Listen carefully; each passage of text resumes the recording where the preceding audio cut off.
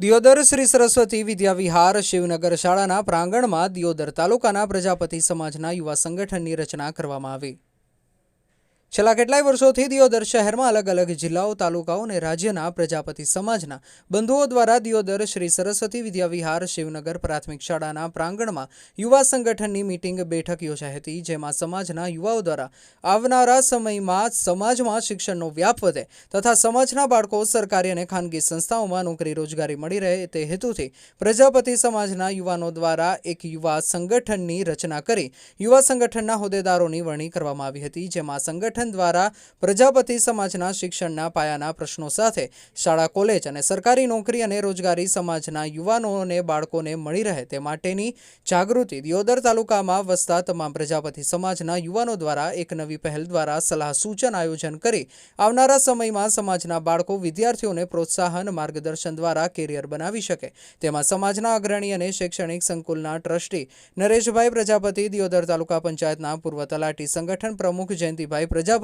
યુવા સંગઠનના નવા નિમેલા પ્રમુખ સુનિલભાઈ પ્રજાપતિ, સંગઠનના હોદ્દેદારો તેમજ પ્રજાપતિ સમાજના ભાઈઓ બહોળી સંખ્યામાં સંગઠનમાં જોડાયા હતા। બ્યુરો રિપોર્ટ દશરથ બી પ્રજાપતિ, દિયોદર, બનાસકાંઠા। આજ રોજ દિયોદર પ્રજાપતિ બંધુઓની એક જનરલ મીટિંગનું આયોજન કરવામાં આવ્યું હતું।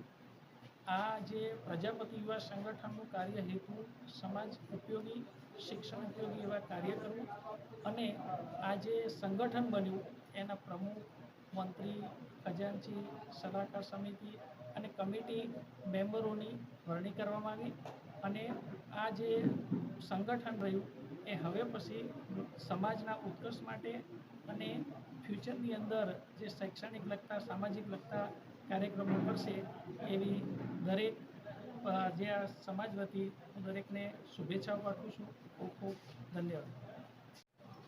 દિયોદરમાં વસતા અમારા જ્ઞાતિ બંધુગણ આજરોજ અમારી જનરલ મિટિંગ કરવામાં આવી, તેમાં અમારી કમિટીની વરણી કરવામાં આવી અને શૈક્ષણિક, સામાજિક રીતે સમાજનો ઉત્કર્ષ થાય અને જ્ઞાતિ બંધુઓ એમાં એક સાથે જોડાય એ રીતે આજે સર્વસંમતિથી નિર્ણય કરવામાં આવ્યો। આજે પ્રજાપતિ યુવા સંગઠનની મીટિંગનું આયોજન થયું। મીટિંગ કરવાનો મુખ્ય હેતુ તો એ હતો કે સંગઠનની શું તાકાત છે અને સંગઠન દ્વારા સમાજને કઈ રીતે આપણે આગળ લઈ જઈ શકીએ, સમાજને કઈ રીતે મદદરૂપ થઈએ, જેના માટે આજે મીટિંગનું આયોજન કર્યું। સંગઠનમાં એક કમિટીની રચના કરવામાં આવી, જેમાં સર્વાનુમતે પ્રમુખ તરીકેની જવાબદારી મને સોંપવામાં આવી।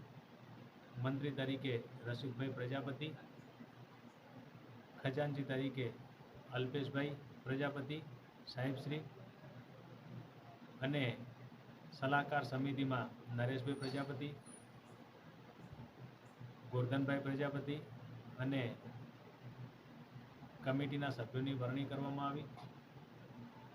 સમાજને કઈ રીતે મદદરૂપ થઈએ, સમાજ કઈ રીતે આગળ વધે એના માટેના પ્રયત્નો કરવા અને